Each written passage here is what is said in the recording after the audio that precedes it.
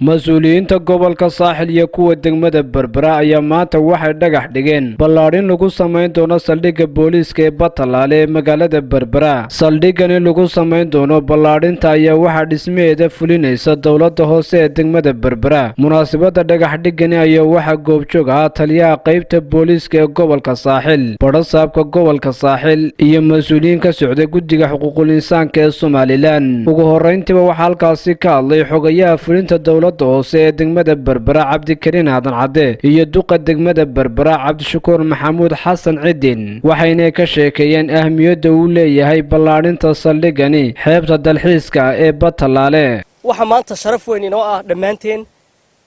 inaanu dhagax dhigayno ama aynu dhagax dhignay ballaadhinta saldhigga Batalaale ku yaala Mansoor hortiisa oo runtii baahi weyn ay degmadu u qabto maadaama culays badan uu naga yimaado maxay tahay dadka dalxiisayaasha ah iyo waqtiyada jimcaha iyo fasaxyada saldhig hore u dhisnaa oo dhameystirnaa buu ahaa laakiin maxay tahay siyaasadda waxaanu maanta maamulka oo isku dhan aanu dhagax dhignay saldhigga ballaadhintiisa oo lagu kordhinayo deer weyn oo 100 mitir isku weera ah oo aad iyo aad u ballaaran hool weyn oo ciidanka lagu talagalay iyo laba maqaasaan ama laba kayd oo waaweyn iyaguna iyo dhamaystirkii mas'uulahoodii iyo maxay tahay kijooyinkoodii waxaan filayaa inay wax weyn ka tari doonto nabadgelyada gobolka iyo degmada dowladda hoose iyo maxay tahay xildhibaanada golaha deegaankana markasta waxa ka go'an inay kor u qaado la nashqayso ciidamada booliiska iyo gobolka horena waxaan u sheegnay in gaadiid badan u soo socdo oo 2019 uu qorshaha ugu jiray oo 5 gaari ah waxaan ugu bishaareynaa ciidanka in gaadiidkiina la iibiyay la diyaariyay la buufiyay wii gudihiina insha Allah taala lagu soo rarayo aad habsamiyo u socda wali qorshihii sanadka 2019 waxaanu galay 6 biloodkii dambe ayaynu ku jirnaa qorshaha 3 bilood hore nabadgelyadu waa mas'uuliyaddeeda koobaad markaan heer degmanahay nabadgelyadu waa mas'uuliyaddeeda koobaad nabadgelyada caafimaadka waxbarashada biyaha marka golaha deegaanku waxa in badan sanad walba ku danaan qorshaha xaalad kasta oo wax laga qaban karo nabadgelyada heer degmo ma heer gobol ma heer qaran waa heer degmo sidaa awgeed qorshaha sanadka waxa ku jira in la sameeyo xaradan booliiska u gaarka ah oo loo sameeyo hoolal ay seexdaan iyo xafiisyo u gaara iyo meelo qoryaha dhigtaan iyo deerka weyn ee 100 sidoo xogiyuba sheegay waxaan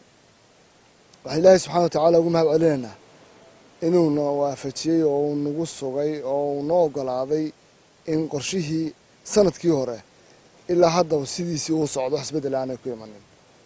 waxa ku jiray saldhigyo waxa ku jiray gaadiid waxa ku jiray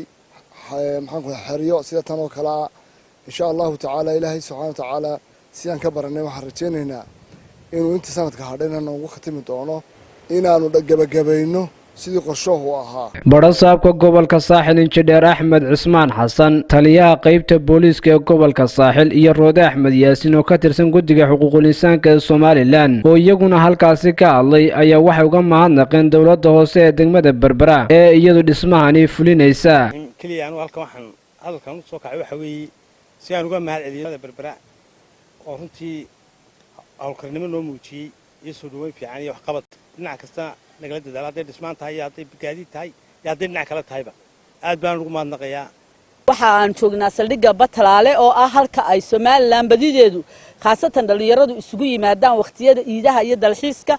waxa door weyn la doonayaa in laga ciyaaro amniga dadka imanayo gobolka saldhiggaas sida awadeed ayaa loo gartay in la ballaariyo saldhiggaasi ma noqonayo loomana baahna inuu noqdo saldhig ummadda lagu cadaadiyo laakiin dadka ummadda waxyeelaynaya in ummadda laga qabto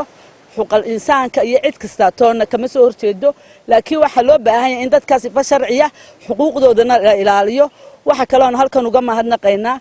maayirka degmada berbera oo siiyay komishanka xuquuqul insaanka dhul ay ka dhistaan xafiiskii iyo badhasaabka oo ay wada shaqayn fiican naga dhaxayso xogayaha oo aan nahay saaxiibka shaqada koowaad oo isaguna aan si weyn u wada shaqayno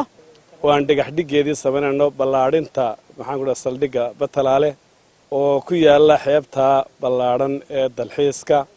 iyo dabaasha loo yimaado oo population aad u badan yimaadaan loona baahan yahay in la sugo amnigooda nabadgelyadooda iyo badbaadintooda wax walba baahi weyn runtii waan u qabnay saldhigga maanta la dhagax dhigayo waa xarun sida horey bay uga dhawaajiyeen maamulka degmada ay uga dhawaajiyeen xogayaha iyo maayarkuba waa 100 mitro isku wareega oo ka koobnaanaya hoolalkii ay galayeen maxaan ku dhahay boolisku ciidanku gali lahaa iyo dhulkii agabkooga dhigan lahaayeen iyo adeegii kale ee markaa loo baahnaayo oo dhan uu ku dhammaystiran yahay runtii aad iyo aad baan ugu ammaanayaa maxaan ku dhahay dawladda maxaa hoose gaar ahaan maayarka iyo maxaan ku dhahay xogayaha iyo xubnaha golaha deegaanka ee marka horeba qorsheeyay inay nabadgelyada degmada iyo gobolka intaba ka shaqeeyaan waa Cabdirasaaq Qaasim Jaamac wararka telefishinka Sam News magaalada Berbera.